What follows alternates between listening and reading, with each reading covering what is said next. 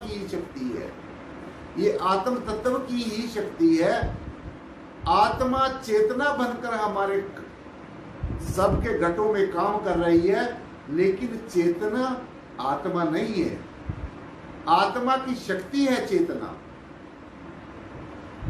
सो इसलिए इस आत्म शक्ति के होने से ही साथ संगत जी हम सत्य को जान सकते हैं और सत्य को अभिव्यक्त कर सकते हैं, बोल सकते हैं, बता सकते हैं, समझ सकते हैं और समझा सकते हैं। ये सारा जब जो संभव हो सकता है सिर्फ और सिर्फ आत्मा की शक्ति के उजागर होने से, आत्मा की शक्ति के प्रकाशित होने से ही संगत जी ये सब कुछ जो है हो सकता है, अदरवाइज नहीं हो सकता।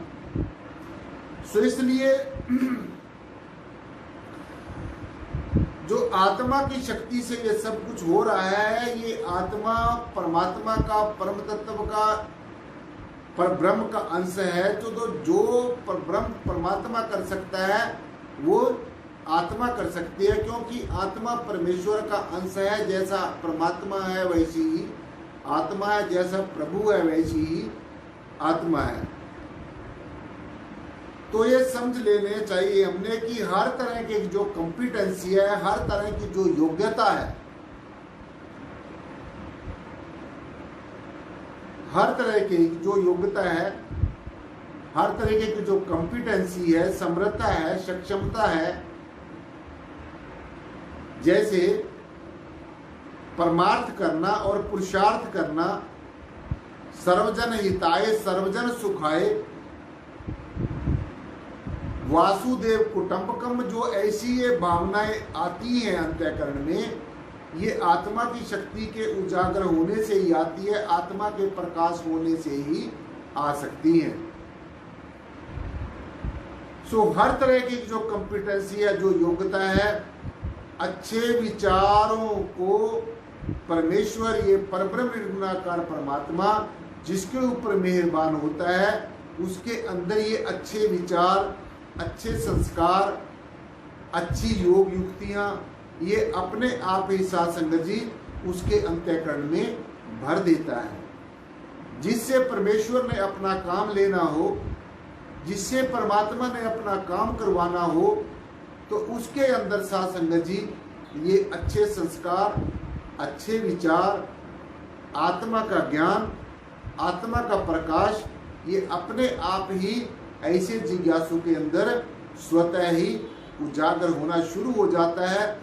और यही पहचान है जिसके ऊपर परमेश्वर मेहरबान होता है, जिसके ऊपर सद्गुरु मेहरबान होता है, तो उसके अंतःकरण में अच्छे विचार आने शुरू हो जाते हैं, अच्छे संस्कार आने शुरू हो जाते हैं, परहित की भावना होनी शुरू हो जाती है, परमेश्वर की महिमा करने की इच्छा होती है, परमेश्वर की महिमा का गुणगान करने की उसके अंदर इच्छा जागृत हो जाती है, परमेश्वर के गुणगान सुनने की उसके अंदर इच्छा जागृत हो जाती है। तो अगर ये ऐसे सारे के सारे जो गुण हैं आपके अंदर जागृत होते हैं, तो आपने सीधा सीधा समझ लेना चाहिए कि मेरे ऊपर परमेश्वर का अनुग्रह है, मेरे ऊपर सद्गुरु की कृपा है। और इसके विपरीत क्या होता है? ये तो दयाल की दया है। और जो इंसान, जो मनुष्य माया में लंपट हो जाता है, माया के पीछे ही भागता रहता है और माया को प्राप्त करने के लिए, माया को ऐंठने के लिए, इकट्ठी करने के लिए वो किस भी हद तक गुजर सकता है, कुछ भी कर सकता है। जब ऐसी भावना अंतःकरण में हो, जब एक दूसरे के प्रति ईर्ष्या हो, द्वेष हो, आत्मग्लानि हो, खींचातानी हो, दूसरे को नीचा दिखाने की प्रवृत्ति हो, अपने आप को श्रेष्ठ समझने की प्रवृत्ति हो, संसार के पदार्थों को इकट्ठा करने की जब प्रवृत्ति हो, संसार के सुखों वैभवों को भोगने की जब प्रवृत्ति हो, तो ये सीधा सीधा समझ लेना चाहिए कि ऐसा जीव काल की माया के वशीभूत हो गया है। चाहे वो कितने भी फिर सत्संग सुनता रहे, कितने भी लेक्चर सुनता रहे, तो जब तक जीवन के अंदर त्याग नहीं है, वैराग्य नहीं है, ज्ञान नहीं है, ध्यान नहीं है, तो तब तक मात्र बाहर की बातें सुनने से भी कुछ नहीं हो सकता। ये बात अच्छी तरीके से हम लोगों ने नोट कर लेनी चाहिए। सो इसलिए साध संगत जी, परमेश्वर जिसके ऊपर दयालु होता है, सदगुरु जिसके ऊपर दयालु होता है, उसका जीवन अलग होता है, उसका दृष्टिकोण अलग होता है, उसकी दृष्टि अलग होती है, उसके संस्कार और विचार अलग होते हैं।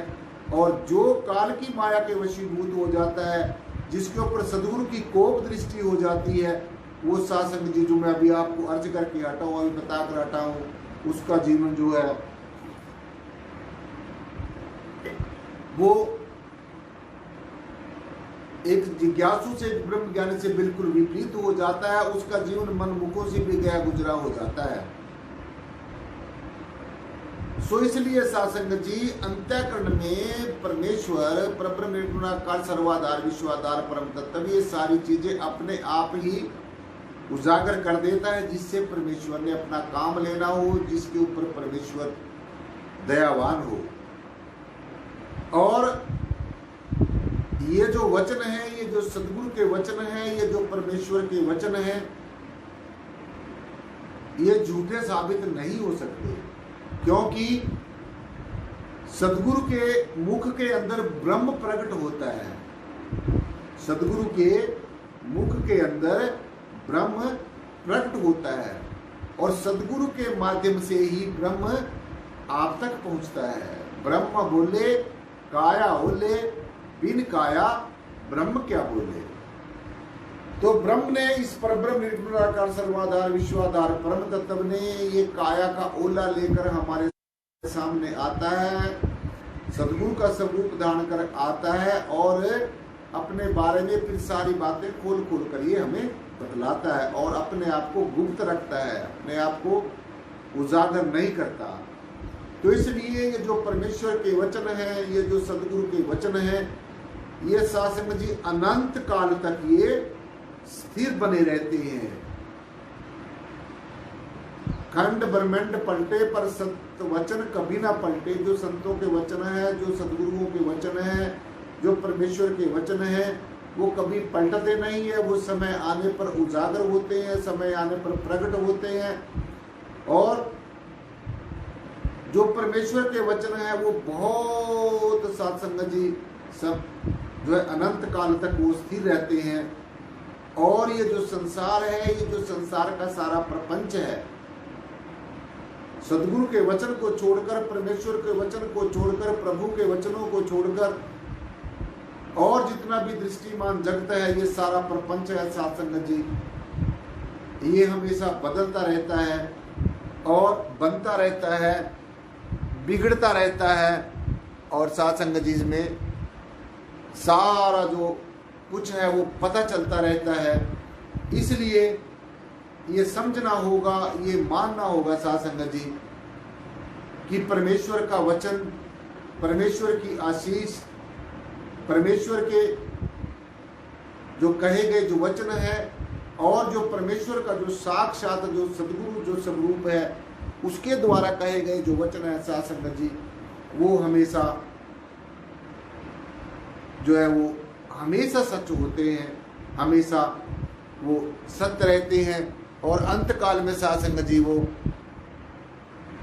सारे के सारे जो कहे गए जो वचन हैं, जो सदगुरु के मुखारबिंद से निकले गए हैं, वो समय आने पर अपना प्रभाव जरूर दिखाते हैं। क्योंकि परमेश्वर के वचन और सदगुरु के वचन कभी भी अपने प्रभाव से खाली नहीं होते। वो समय आने पर अपना प्रभाव जरूर दिखाते हैं।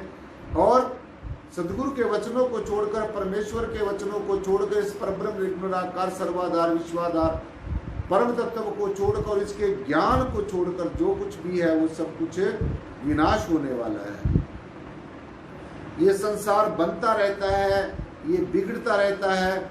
जैसे घास फूस सूख जाते हैं, इस संसार में फूल भी मुरझा जाते हैं, और ऋतुएं बदलती रहती हैं, अवस्थाएं बदलती रहती हैं, विचार बदलते रहते हैं। सारी सृष्टि का जो ये दृष्टिमान जो प्रपंच है ये बदलता रहता है, परंतु परमेश्वर के वचन, सदगुरु के वचन ये कभी भी साथ संगत जी बदलते नहीं है। तो इसलिए हमने ये भली बात ही समझ लेना चाहिए और सदगुरु की हर एक बात के ऊपर साथ संगत जी सत सत करके हमने जो है वो फूल चढ़ाने हैं।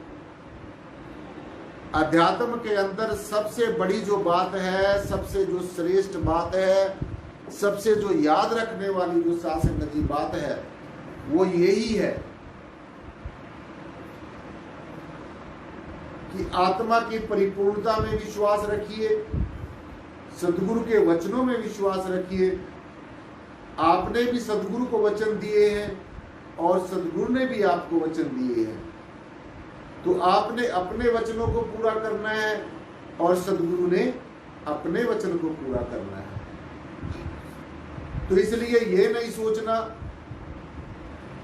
ये कभी नहीं सोचना है कि मैं कुछ कर नहीं सकता। आप सब कुछ कर सकते हैं, आप सब कुछ कर सकते हैं, लेकिन सब कुछ का मतलब ये नहीं है कि संसारिकता को ढोते रहना है। इस माया के त्रिगुणात्मक जो माया, इसी के अंदर ही लंपट रहना है, ऐसा जीवन नहीं। एक जो जिज्ञासु है उसके जीवन के अंदर त्याग भी होना चाहिए, वैराग्य भी होना चाहिए, ज्ञान भी होना चाहिए, ध्यान भी होना चाहिए। ये जब तक सारे पेपर पास नहीं होंगे तो तब तक साथ संगत जी जीवन के अंदर सफलता, जीवन के अंदर परिपूर्णता और जीवन के अंदर शुद्धता, जीवन के अंदर पवित्रता कभी नहीं आएगी। जैसे एक बच्चे को एक क्लास को पास करने के लिए कुछ पेपर पास करने होते हैं, तो ठीक इसी प्रकार से एक जिज्ञासु को परमेश्वर के साथ एक रूप होने के लिए, परमात्मा के साथ एकाकार होने के लिए, जीते जी परमेश्वर को जानने के लिए, जीते जी परमेश्वर को अपना बनाने के लिए, जीते जी परमेश्वर का होने के लिए, जीते जी परमात्मा से और परमात्मा का जो साक्षात जो स्वरूप है, जो समय का सदगुरु है, उसके साथ प्रेम प्रीति और प्यार के लिए साथ संगत जी इस बात को, इस अकाट्य सत्य को मानना बहुत ज्यादा जरूरी है। तो इसलिए जितने भी हमारे धर्म वैज्ञानिक हैं, जो धर्म विज्ञानी हैं और जो समय समय के अनुसार हमारे संत महापुरुष इस धरा के ऊपर आए, सबका साथ संगत जी इस मानवता को, समूची मानवता को यही संदेश है कि जो परमेश्वर, ये परब्रह्म निर्गुण निराकार सर्वाधार विश्वाधार परम तत्व और इसका जो साक्षात जो स्वरूप है, जो समय का हाकिम है, जो समय का सदगुरु है, जिसको परमेश्वर ने अपना प्रतिनिधि बनाकर भेजा है और संसार में अपने आप को उजागर होने के लिए जिसको नियुक्त किया है साथ संगत जी, तो ऐसे संत महापुरुषों के चरण शरण में जाकर हमने अपने आप को जानना है, अपने आप को पहचानना है और इस परब्रह्म निर्गुण निराकार सर्वाधार विश्वाधार परम तत्व का ज्ञान प्राप्त करके मैं आपको बार बार यही अर्ज करता हूँ और आज भी ये बात कहता हूँ साथ संगत जी कि मात्र ज्ञान लेने से कुछ नहीं होगा। जब तक आप उस ज्ञान को अपने अंतर में रमण नहीं करोगे, जब तक आराधना और साधना नहीं करोगे, सुमरण नहीं करोगे, ये करना है। सत्संग से तो आपको एक प्रेरणा मिल जाती है, लेकिन प्रैक्टिकल तो आपने साथ संगत जी खुद ही करना होगा, क्योंकि जब तक आप खुद नहीं करोगे तो तब तक साथ संगत जी जीवन में कोई नई उमंग नहीं आएगी, जीवन का दृष्टिकोण नहीं बदलेगा, जीवन की अवस्था नहीं बदलेगी। तो जीवन की दशा को बदलने के लिए और जीवन की दिशा को बदलने के लिए, अपने मंजिले मकसूदा तक पहुंचने के लिए, अपने आप को जानने के लिए, अपने असली स्वरूप से परिचय करने के लिए, अपने आप का परिचय करने के लिए स्वयं के द्वारा स्वयं के अंदर प्रवेश करने के लिए स्वयं से परिचित होने के लिए ये ज्ञान साध संगत जी बहुत कारगर साबित होता है, बहुत सहज है और बहुत ही सटीक, सभी लौकिक और अलौकिक समस्याओं का बहुत ही सटीक समाधान है। तो इसलिए साध संगत जी आज की जो ज्ञान चर्चा है वो यही पर संपन्न होती है। बोलने में कोई त्रुटि हो गई हो उसके लिए बार बार क्षमा का याचक और सदगुरु भगवान के पावन श्री चरणों में साध संगत जी एक बार सदगुरुदेव के पावन श्री चरणों में फिर जाते जाते फिर हाजिरी लगवानी है और सदगुरु भगवान के नाम का एक जय घोष, एक जयकारा, जिनकी अपार कृपा से आज हम सबको ये ज्ञान चर्चा सुनने और सुनाने का सौभाग्य प्राप्त हुआ है। बोलो सदगुरु भगवान की जय। जो बोले तिस बलिहार सदगुरु शहंशाह बूटा सिंह जी महाराज की जय हो। जो बोले तिस बलिहार सदगुरु शहंशाह बूटा सिंह जी महाराज की जय हो। जो बोले तिस बलिहार सदगुरु शहंशाह मेहताब सिंह जी महाराज की जय हो। जो बोले तिस बलिहार सदगुरु शहंशाह लक्ष्मण सिंह जी महाराज की जय हो। जो बोले तिस बलिहार सर्व संत समाज की जय हो। साध संगत जी बड़े प्यार और सत्कार के साथ बोलना जी। धन